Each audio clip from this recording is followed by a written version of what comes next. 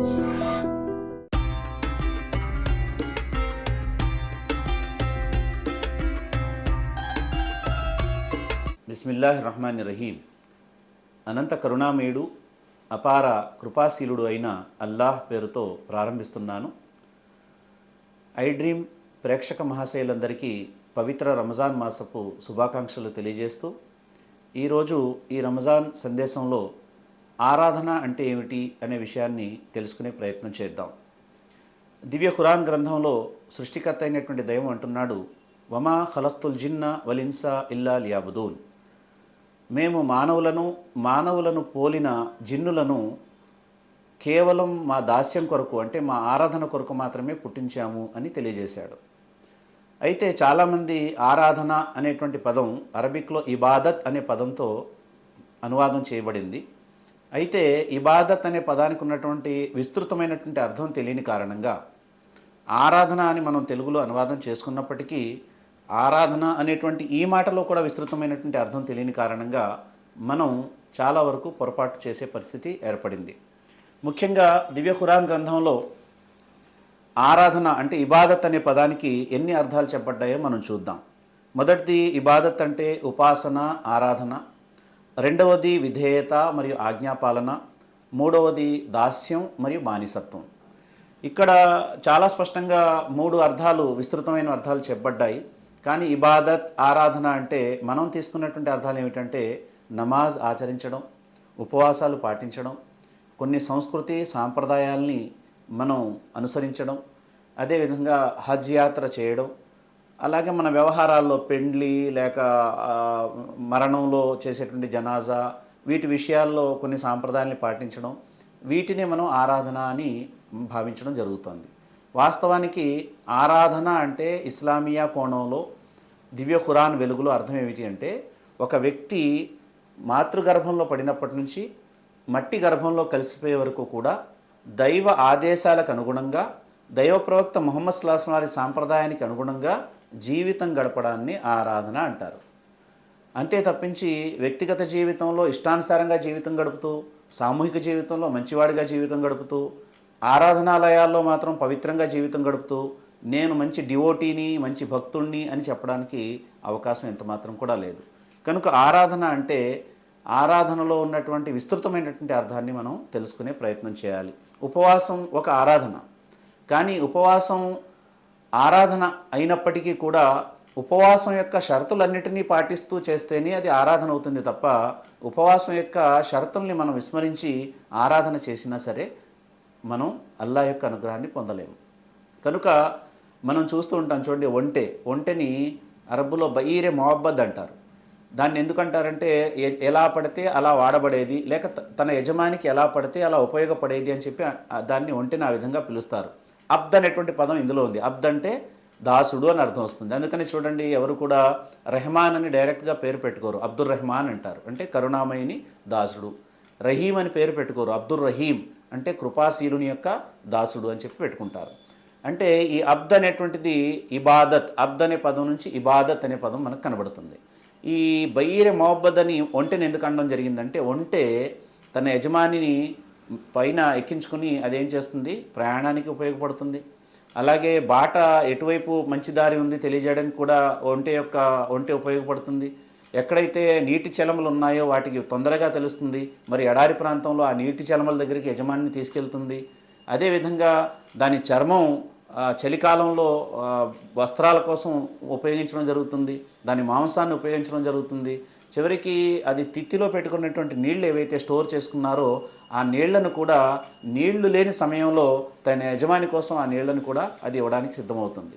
అంటే ఇక్కడ చెప్పే మాట ఏంటంటే, ఈ విధంగా ఒంటె తన యజమానికి ఏ విధంగా పడితే ఆ విధంగా ఉపయోగపడుతుందో, అలాగే సృష్టికర్త అయినటువంటి దైవం యజమాని, ఆయన సర్వోన్నతుడు, ఆయనే సృష్టికర్త, ఆయనే ప్రభువు, ఆయనే నిజస్వామి అయినప్పుడు ఆయనకు దాస్యం చేసేటువంటి దాసుడు కూడా ఆ విధంగా ఉండాలనేది ప్రధానమైనటువంటి షరతు.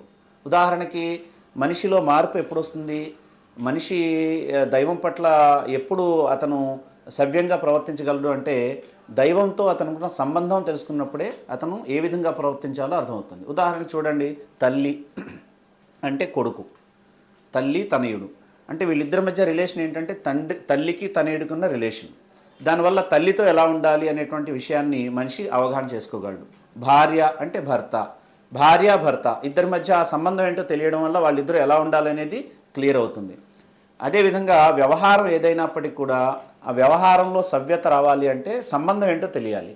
ఉదాహరణకి దేవుడు అంటే దేవుడితో మనకున్న సంబంధం ఏంటి? మనల్ని ఎందుకు ఆయన పుట్టించాడు? ఆయన పుట్టించడానికి గల లక్ష్యం ఏంటి? ఆయన మనకు దేవుడు అంటే ఏ విధంగా దేవుడు అనే విషయాల యొక్క ఆ సంబంధం యొక్క అవగాహన మనకు అర్థమవుతే ఏమవుతుందంటే మన ఆచరణలో కూడా మార్పు వస్తుంది. రెండు విషయాలు ప్రస్తావిస్తాను. మొదటిది, దేవుడు క్రియేటర్, ఆయన సృష్టికర్త. అంటే మనమెవరం? సృష్టి రాసులం. ఇప్పుడు మనకి ఆయనకున్న సంబంధం ఏంటంటే ఆయన సృష్టికర్త కనుక మనం సృష్టి రాసులం కనుక మనకి ఆయనకు ఉన్న సంబంధం ఏంటంటే ఆయన సృష్టికర్త. దేనికి సృష్టికర్త ఆయన? మళ్ళీ ఇదొకటి. అందులో ఏంటంటే ఆయన నాకు సృష్టికర్త, మీకు సృష్టికర్త. మనం అనుభవించేటువంటి పంచభూతాలకు కూడా ఆయనే సృష్టికర్త. మనం అనుభవించే ఈ గాలి కానీ లేక అతి చిన్న వస్తువు అయినప్పటికీ కూడా ఆయనే సృష్టించాడు తప్ప మరెవరు దాన్ని సృష్టించలేదు. మనిషి సృష్టి నుంచి ప్రతి సృష్టి చేయగలడు, కానీ కొత్త సృష్టిని మనిషి ఎంత మాత్రం కూడా తీసుకురాలేడు.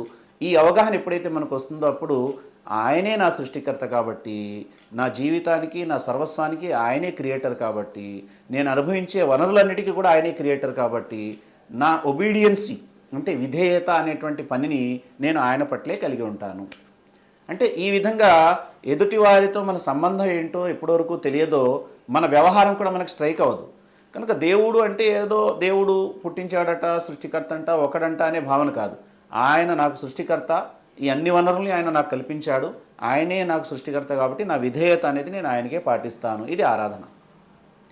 ఇస్లాం అంటే కూడా విధేయత అని అర్థం అండి. ముస్లిం అంటే విధేయుడు అని అర్థం అదే అనమాట. అలాగే రెండవది, ఆయన యజమాని. He is a owner of the creation. మొత్తం యూనివర్స్ అన్నిటికీ కూడా ఓనర్. అయితే ఆయన ఓనర్ అయితే దేనికి ఓనరు అంటే ఈ విశ్వంలో ఉన్నటువంటి సూక్ష్మం నుంచి బ్రహ్మాండం వరకు ఉన్న ప్రతిదానికి ఆయనే యజమాని.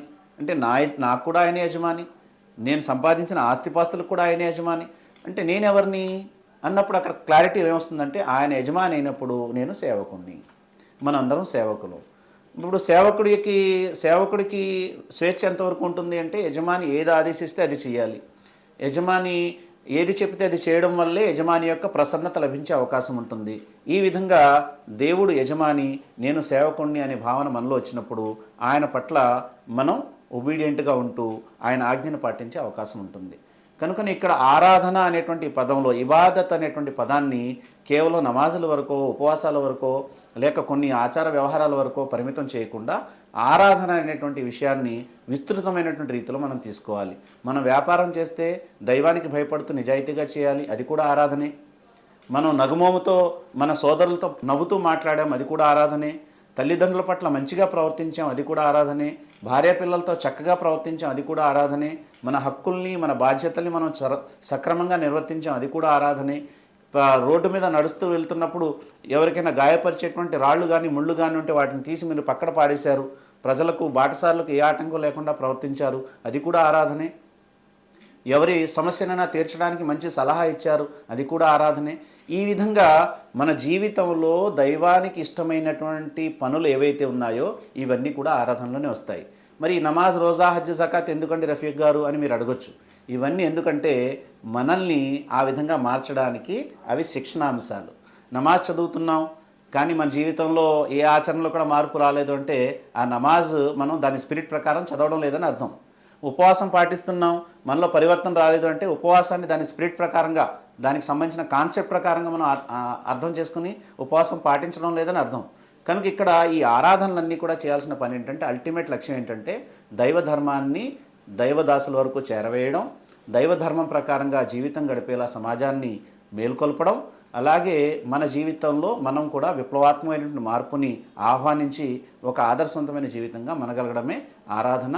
మరి ఉపవాసాల ద్వారా ఆరాధన యొక్క నిజమైనటువంటి కాన్సెప్ట్ని తెలుసుకుని ఆచరించేటువంటి పరిస్థితి మనలో రావాలి. సృష్టికర్త అయిన దైవం మీకు, నాకు, మనందరికీ కూడా ఆరాధన, ఇబాదత్ అంటే ఏంటో తెలుసుకుని దాని ప్రకారంగా ఆచరించే భాగ్యాన్ని కలిగించుగాక. వస్సలాం వాఖిరుద్దావన అల్హమ్దులిల్లాహి రబ్బిల్ ఆలమీన్.